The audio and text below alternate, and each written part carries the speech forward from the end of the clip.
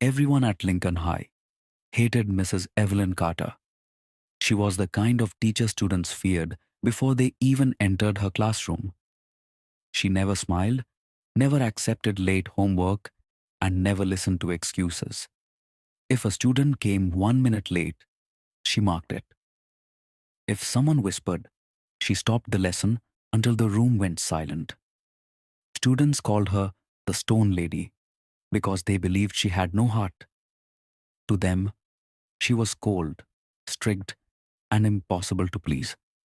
Nobody imagined that behind her hard face was a pain she had been carrying for years. Nobody knew the truth until one student found her diary. His name was Ryan Miller. He was 18, a final year student, and not the kind of boy teachers praised. He was often late, his grades were average, and he hid his exhaustion behind jokes. Most teachers thought he was careless. But Ryan was not careless. He was tired.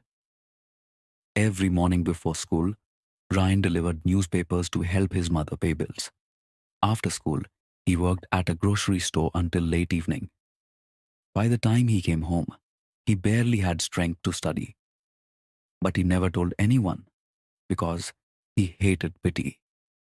Mrs. Carter never accepted his excuses. One rainy morning, Ryan entered class 10 minutes late.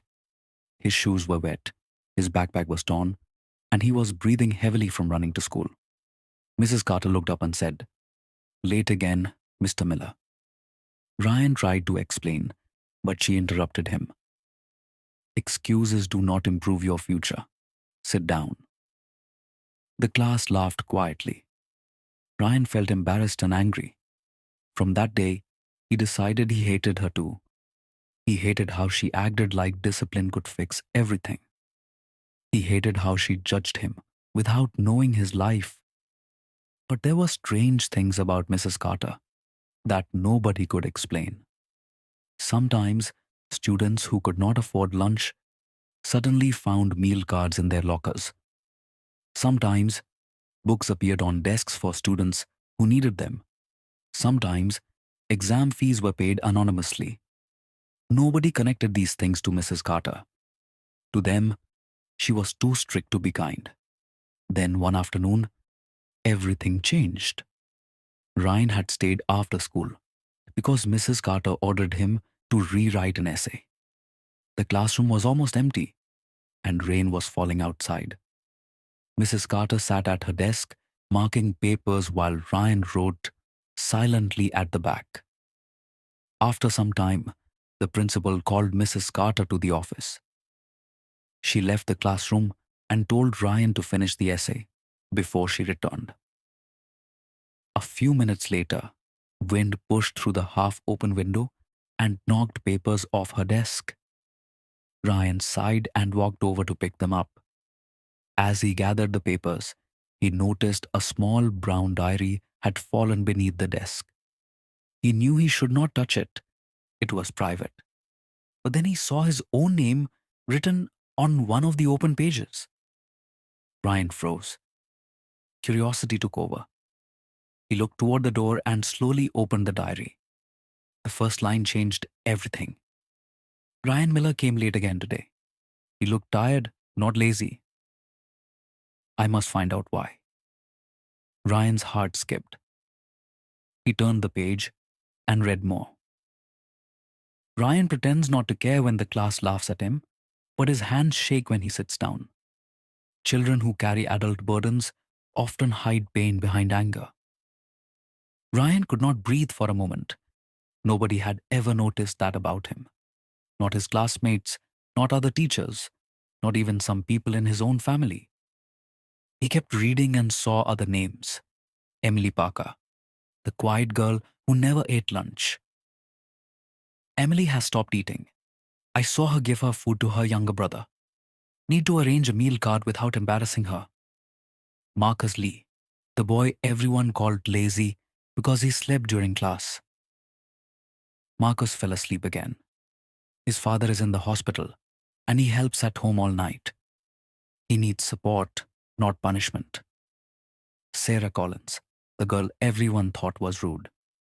Sarah talks back when she's scared. Anger is sometimes a child's only shield. Ryan's hands began to tremble. The diary was not filled with complaints, it was filled with students, their pain, and quiet plans to help them without making them feel ashamed. Between the pages, Ryan found receipts for lunch cards, school supplies, exam fees, medicine, and bus passes, all paid by Mrs. Carter.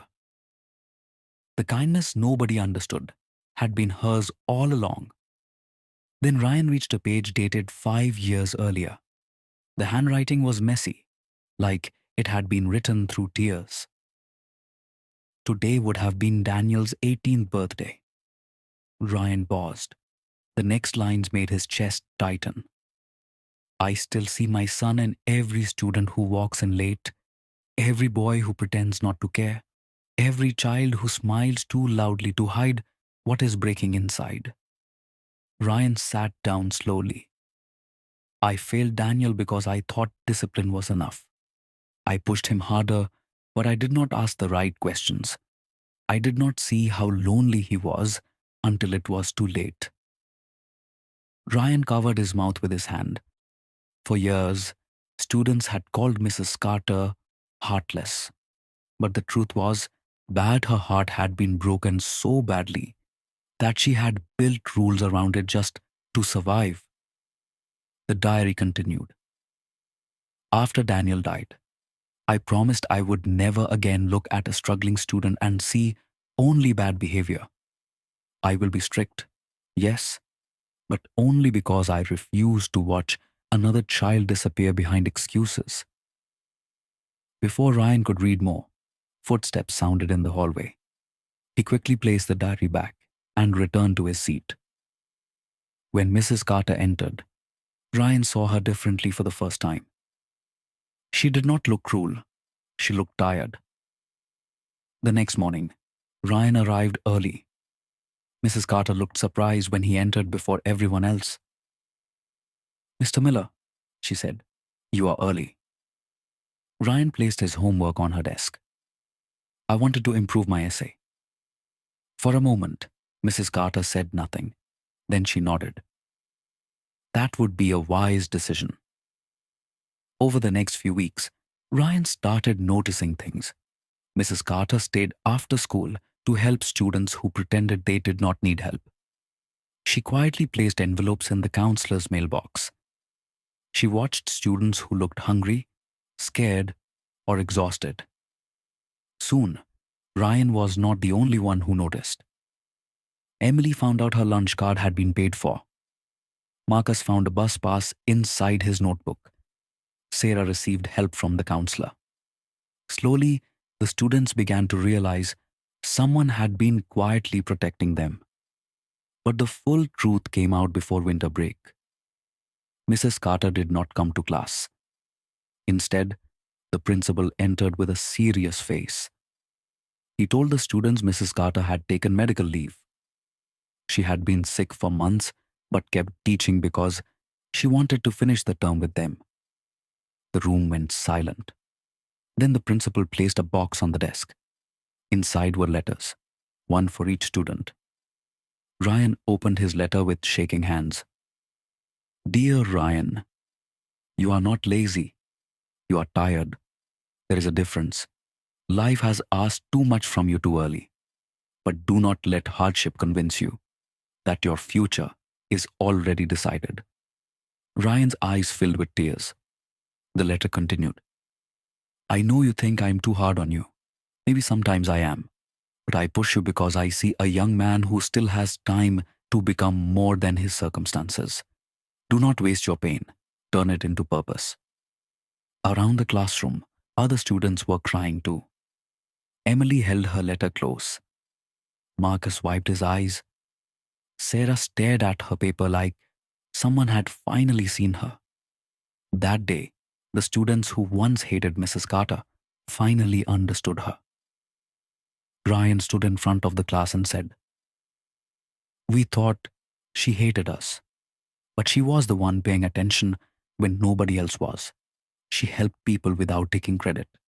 Maybe she was strict because she didn't want us to give up. Nobody spoke for a long time. Then Emily whispered, "She bought my lunch card." Marcus said, "She paid for my bus pass."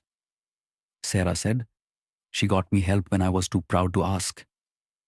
One by one, the students realized Mrs. Carter had changed their lives without ever asking for thanks. They decided to make a video for her.